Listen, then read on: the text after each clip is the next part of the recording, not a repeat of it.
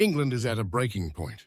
You've probably felt it, whether it's in the rising cost of your weekly shop, struggling to get a GP appointment, or watching the news,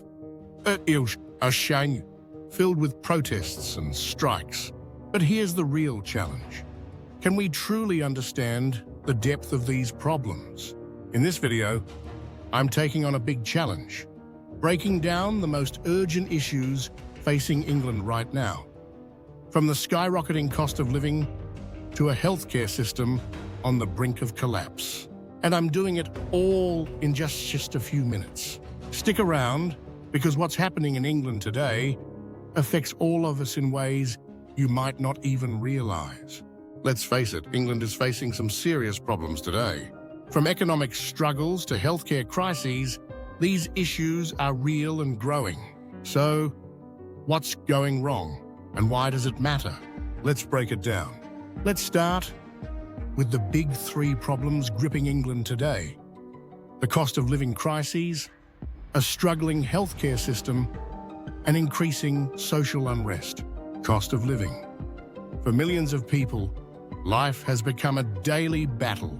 The cost of living has surged due to high inflation, stagnant wages, and rising energy prices. Families are having to cut back on essentials, food, heating, even housing, just to survive.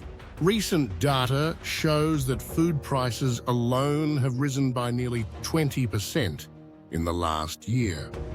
And energy bills have more than doubled for many households. That means families are now paying more just to keep their homes warm or put food on the table. And it's not just the poorest who are affected. Middle-income families are being hit hard too, creating a widening economic gap. Healthcare strain. The NHS, once a symbol of pride, is under extreme pressure. Staff shortages, long waiting times, and underfunding are creating a perfect storm. Over 7 million people are currently on NHS waiting lists for treatments, surgeries, and essential care, and many are waiting over 12 hours in A&E. The pandemic has only worsened this, but these problems were brewing long before. In short, we have a system that's struggling to keep up with the demands of a growing, aging population. Social unrest. Then there's the rising social tension. Protests, strikes, and political turmoil are becoming more frequent. People are frustrated, whether it's because of unfair wages, job insecurity, or the government's handling of these crises. Just in the past year, we've seen strikes from nurses, teachers, and railway workers. People who are at the heart of keeping the country running. And at the same time, we've seen a rise in far-right political movements, growing partly out of frustration with the current system. This growing divide between communities and the government is only adding fuel to the fire. So, how are these issues connected? Let's take a closer look at how they overlap and why they matter. The cost of living crisis isn't just about higher prices.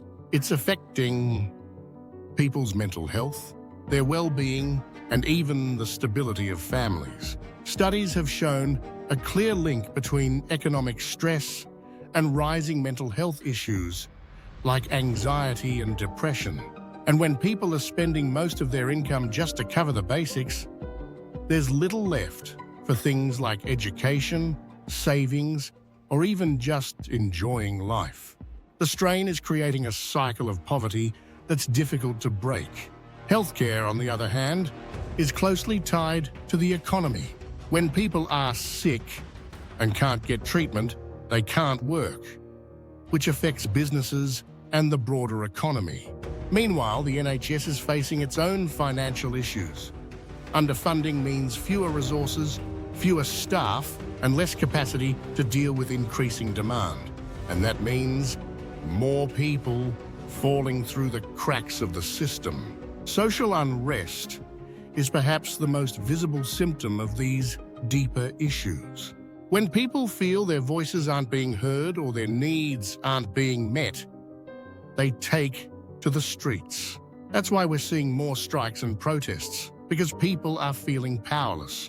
And when there's political instability, like the frequent leadership changes we've seen in recent years, it only adds to the uncertainty and frustration. All of this creates a feedback loop. Rising costs lead to social unrest. Underfunding in healthcare leads to poor health outcomes, which then affect economic productivity and so on. The problems feed into each other, making it difficult to solve any one issue in isolation. Here's a moment that brings it all together. One NHS worker told me, "I've seen more patients waiting in corridors this year than ever before, and some aren't making it." This isn't just a healthcare crisis, it's a human crisis. And when we talk about strikes or protests, it's easy to forget that behind every number and statistic are real people, real families, whose lives are being disrupted. England's problems are all interconnected.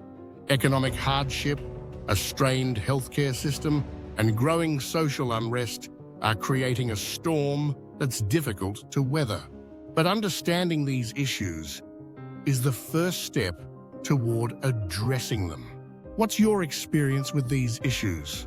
Have you noticed changes in your community or personal life? Let me know in the comments below.